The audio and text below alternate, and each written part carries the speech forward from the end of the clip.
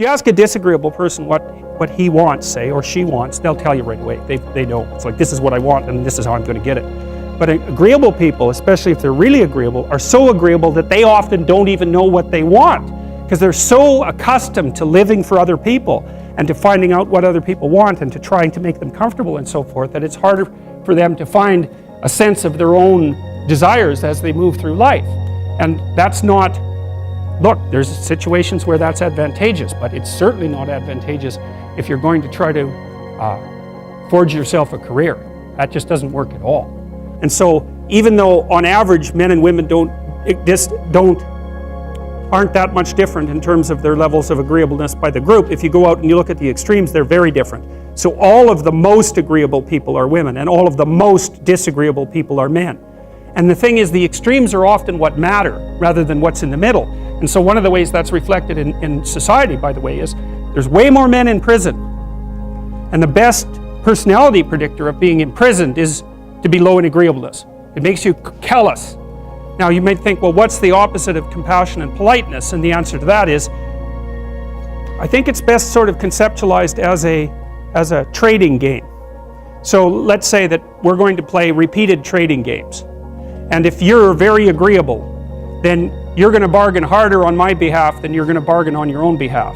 Whereas if you're very disagreeable, you're going to do the reverse. You're going to think, I'm in this trading game for me, and you're going to take care of your own interests. Where an agreeable person is going to say, no, at best this is, at worst this has to be 50-50, but I'd like to help you every way I can. One of the things you have to be careful of if you're agreeable is not to be exploited, because you'll line up to be exploited. And I think the reason for that is because you're wired to be exploited by infants. And so that just doesn't work so well in that actual world. And one of the things that happens very often in psychotherapy, people come to psychotherapy for multiple reasons, but one of them is they often come because they're too agreeable. And so what they get is so-called assertiveness training, although it's not exactly assertiveness that's being trained. What it is the ability to learn how to negotiate on your own behalf. And one of the things I tell agreeable people, especially if they're conscientious, is say what you think. Tell the truth about what you think. There's going to be things you think that you think are nasty and harsh, and they probably are nasty and harsh, but they're also probably true.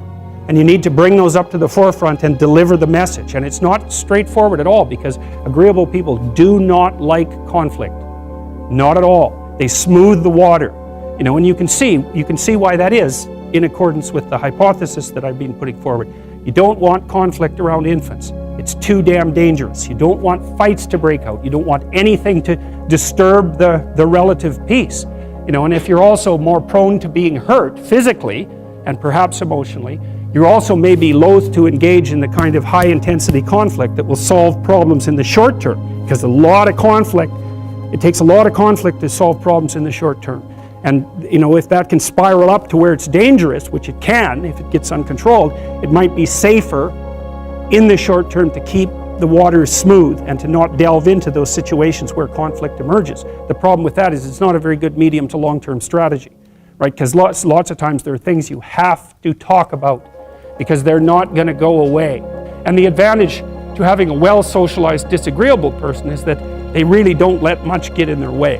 So if you can get a kid who's disagreeable socialized, that person can be quite the creature, because they're very forward-moving in their nature and very difficult to stop. But if you don't get them successfully domesticated, tamed, roughly speaking, by the time they're 4, their peers reject them. And that's a big problem, because your job as a parent is to make your child socially desirable by the age of 4. Like you want to burn that into your brain, because people don't know that. That's your job. And here's why. It's easy if you think about it carefully. So you imagine you've got a 3-year-old child, so sort of halfway through that initial period of socialization, and you take that child out in public. Okay, what do you want for the child? Who cares about you? What do you want for the child? You want the child to be able to interact with other children and adults so that the children are welcoming and smile and want to play with him or her, and so the adults are happy to see the child and treat him or her properly. And if your child's a horrible little monster because you're afraid of disciplining them or you don't know how to do that properly, then what they're going to do is they're going to experience nothing but rejection from other children and false smiles from other parents and adults. And so then you're throwing the child out there into a world where every single face that they see is either hostile or lying. And that's not something that's going to be particularly conducive to the mental health or the well-being of your child. If your child can learn a couple simple rules of behavior, like don't interrupt adults when they're talking too much and pay attention and try not to hit the other kids over the head with the truck any more than is absolutely necessary, then and share and play properly, then when they meet other kids, the kids are going to try out a few little play routines on them, and that's going to go well, and then they're going to go off and socialize each other for the rest of their lives. Because that's what happens, is that from 4 years old onwards, the primary socialization with children takes place among other children. And so if the kids don't get in on that early, they don't move into that developmental spiral upwards and they're left behind. And you can imagine how terrible that is, because a 4-year-old will not play with another 4-year-old who's 2. But a 5-year-old certainly will not play with a 5-year-old who's 2, right? Because the gap is just starting to get unbelievably large. And so the kids start out behind, and then the peers leave them behind, and then those kids are alienated and outside the peer group for the rest of their life. Well, those are the ones that grow up to be long-term antisocial, right? They're already aggressive. It doesn't dip down. Now, what happens to normal boys, roughly speaking? Imagine the aggressive 2-year-old types. They get socialized, so their level of aggression goes down, and then they hit puberty and testosterone kicks in, and bang, levels of aggression go back up. And so that's why males are criminals between the ages roughly of 16 and about 25. So, and it matches the creativity curve, by the way. It's so cool. If you look at the spike of creativity among men, 16 to 25, then it starts to go down. Criminality matches that absolutely perfectly. So that's quite cool. So, and the testosterone levels raise the average level of aggression among men. It's more dominance than aggression, actually, and testosterone is by no means all bad.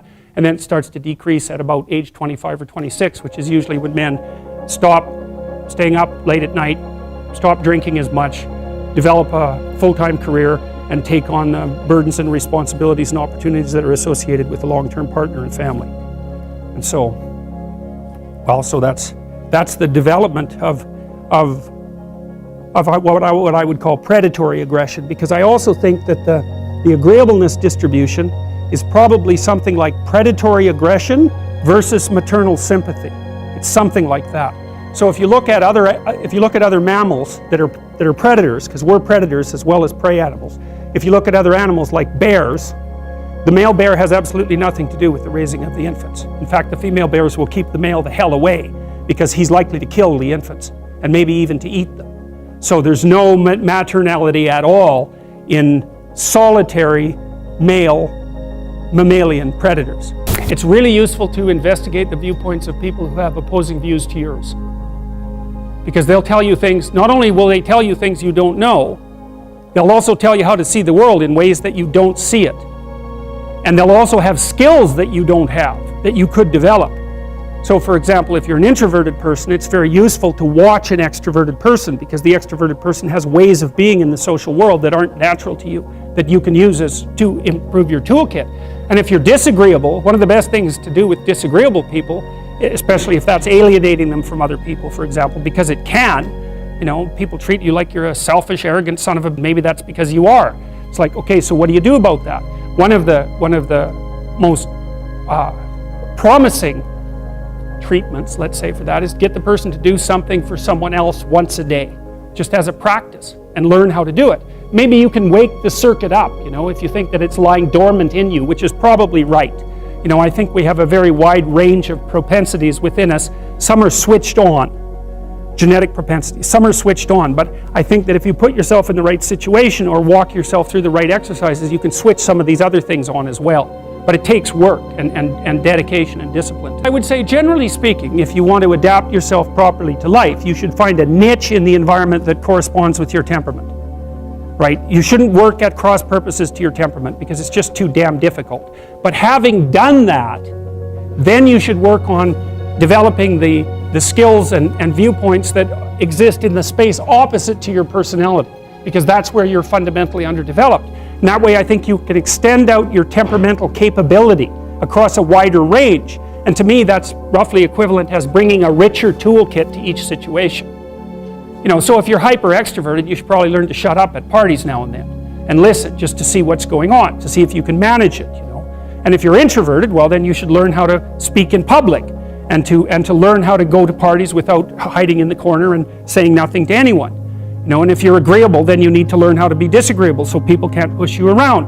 And if you're disagreeable, you need to learn how to be agreeable so that you're not an evil son of a bitch. So, and the same thing applies even in the conscientious domain. It's like if you're too conscientious, you need to learn to relax and let go a little bit. And if you're unconscientious, it's time, like, get out the Google Calendar, man, and start scheduling your day, right? And beat yourself on the back of the head with a stick until you're disciplined enough so that you can actually stick to something for some length of time and not living in absolute squalor, which is something that would characterize someone who's very disorderly, for example, because they don't notice. It doesn't bother them, disorder. It's like, maybe they can see it, but it doesn't have any emotional valence, and so it doesn't have any motivational significance. You know, so the other thing you might want to think about too, if you're choosing a partner, is try not to choose someone who's too distant from you on the temperamental variables, because you're going to have a hard time bridging the gap.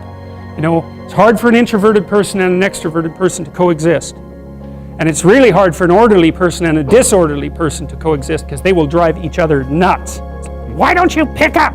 Why are you so obsessed by it? That's the basic argument, you know. So it's useful to know about your temperament so that you can negotiate the space with your partner as well. And I don't think you should try to find someone who's exactly the same as you, because then you don't have the benefits of the alternative viewpoint. But you got to watch it, because you may hit irreconcilable differences of various sorts. And I've seen that most particularly among couples who are high and low in openness. That's a rough one. And also high and low in conscientiousness. That's another rough one, because they just cannot see how the other person sees the world at all.